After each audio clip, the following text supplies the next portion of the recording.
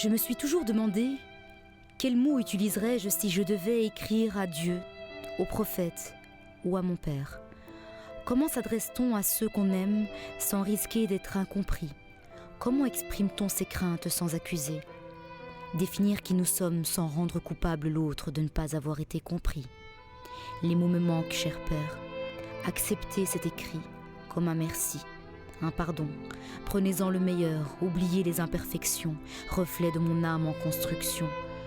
L'apparence d'une femme piège mes larmes d'enfant dans une rue étroite, sombrement éclairée par nos rires partagés. Les années passent et l'écart parfois nous retire dans nos tourments et nos questions sans réponse, mais aussi nos doutes. La peur a cristallisé nos échanges, peur de décevoir, peur de voir échouer, peur de s'oublier.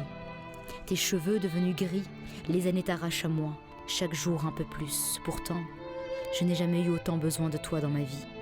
Tes rides me disent que tu angoisses, que tes nuits sont courtes et tes rêves apeurés. Ta force faiblit, mais tu restes le roi au royaume de ta petite fille. Mes genoux sont encore blessés, comme ces jours où j'apprenais à faire du vélo à tes côtés. Mon dos est courbé, les normes de nos cultures m'ont rendu esclave. Je suis partagée entre être ce que je suis et ce que tu voudrais que je devienne.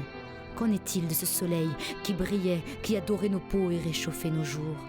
Cher père, quoi qu'il advienne, regardez en moi, je suis vous. Je porte en moi tout ce que vous m'avez appris, tout ce que vous m'avez offert.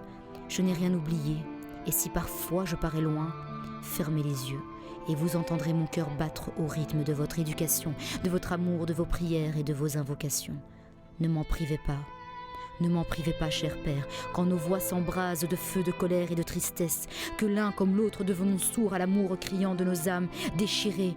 Sachez que je pleure déjà votre absence, je pleure déjà nos souvenirs, je pleure déjà votre pardon. Cher père, je porte en moi vos sacrifices, je porte en moi vos doutes et vos douleurs.